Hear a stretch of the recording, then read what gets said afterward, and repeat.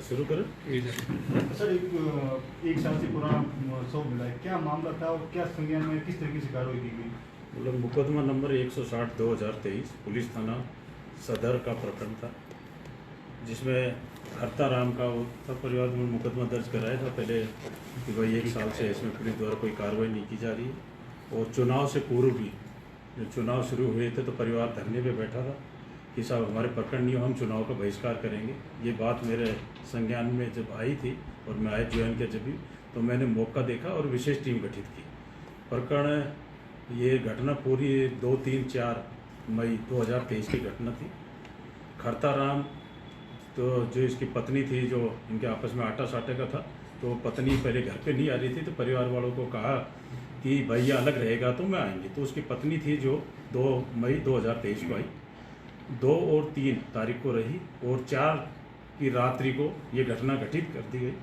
उसके बाद परिवार वालों ने पहले उसमें गुमशुदगी दर्ज हुई 11 नंबर हुई और उसके बाद प्रकरण दर्ज हुआ 12/5/2023 को 160/2023 365 323 में।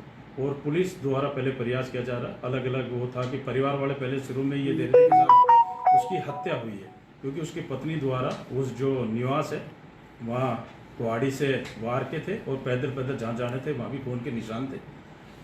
और पुलिस उसमें प्रयास कर रही थी, अलग अलग एंगल में थे। पुलिस का भी अलग एंगल था, साहब ये पहले भी गायब हो सकता है और ये गायब भी हो गया और ये भी था, और इसके FSL भी जांच करवाई थी।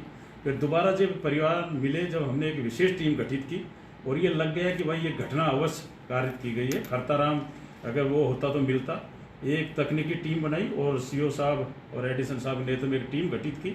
और जो परिवार जो पहले चुनाव से पहले मिला था, उनको हमने ये टाइम दिया था कि हम 15 मई 2024 तक उस घटना का पर्दाफाश कर देंगे। उसमें हमें सफलता मिली। जो खरताराम की पत्नी थी, उसके साथ का ही जो पढ़ने के टाइम के एक लड़का दिनेश कंगाव का था, दिनेश, तो वो जो घटना 3 मई को 2023 को भी परिवार में जैसे कोई वहाँ एक जागरण था वहाँ भी आया हुआ था और वो संदिग्ध लग रहा था पुलिस का। फिर तकनीकी टीम से लिया, काफ़ी प्रयास, क्योंकि साल भर टाइम मिल गया तो अलग अलग बहाने बना के साक्ष्य आ रहे थे, क्योंकि खरताराम की बॉडी उस समय तक मिली नहीं थी।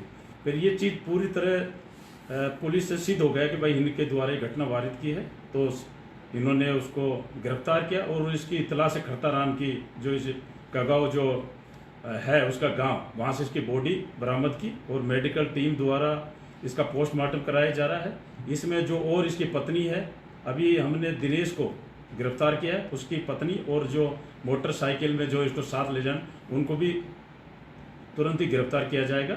और प्रकरण में पुलिस की टीम ने एक अच्छा सहयोग करके 1 साल बाद इसका हत्या का पर्दाफाश किया। सर, हत्या करने के पीछे क्या वजह रही?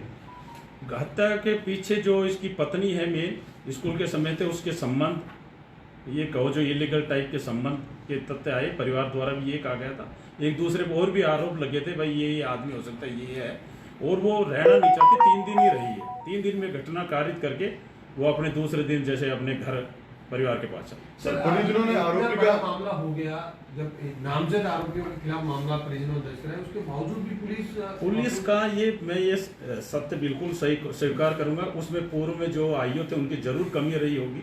उनका एक एंगल ये हो गया कि साहब ये जैसे ही खून वहाँ तक रोड तक गया तो ये खरताराम कहीं ना कहीं चला गया है। पहले भी इस तरह की हुई होगी कि 5-6 महीने बाद आया, वो एंगल से पुलिस ने वो किया। स्ट्रिक्ट थोड़ी कोई कमी रही उसमें। दूसरे एंगल परिजनों ने सर पूरे एक आरोप लगाए थे कि भाई ये इस तरीके के घर से सेंट गायब है, इस तरीके के बूट गायब है, वो बूट पहन के गया, सैंपल है वो 1 साल बाद आप एविडेंस पे लिए, आपको पता होगा। हाँ, ये बिल्कुल सही है। परिवार ने जो बिल्कुल तथ्य था, वो पैदल आया। उसके बाद जो ये दिनेश है, जो मृतक के ही जूते पहन के वो चल गया, तो वो उस एंगल में राकेश साहब ही जूते पहन के गया है। उसमें भटकाने का काम, मतलब जो मुलजी में बड़े शातिर पर्वती के आदमी हैं, जो पूरा भटकाने का काम किया है उन्होंने।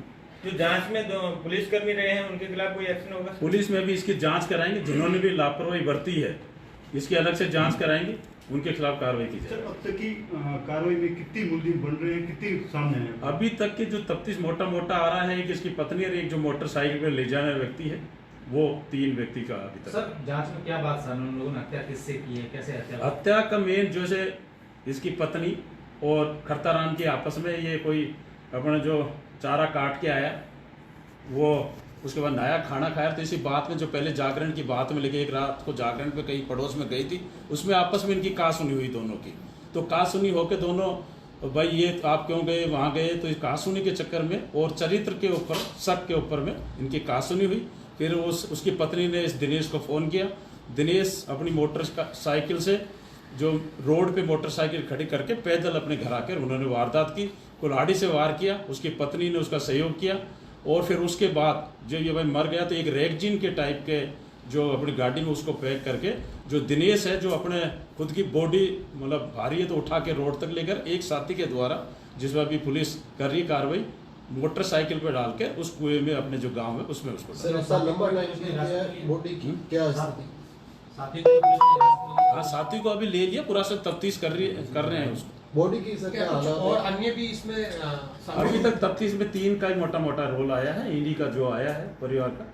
तो सर ये सब जो मिला है गांव के बीचों बीच कांटा था उसके अंदर मिला, तो क्या इसको लेकर भी है कि गांव के लोगों को कुछ अनक लगी हो इसके? नहीं लगा, उसने इस तरह रेगजिन का किया जो बदबू टाइप अपन मानते जो आई वो नहीं आई भाई। जो इस तरह का रेगजिन में पैक करने के बाद पूरे बॉडी और उसे नस जो हड्डी उड्डी टाइप है वो बची पूरी बॉडी इसमें वो होगी।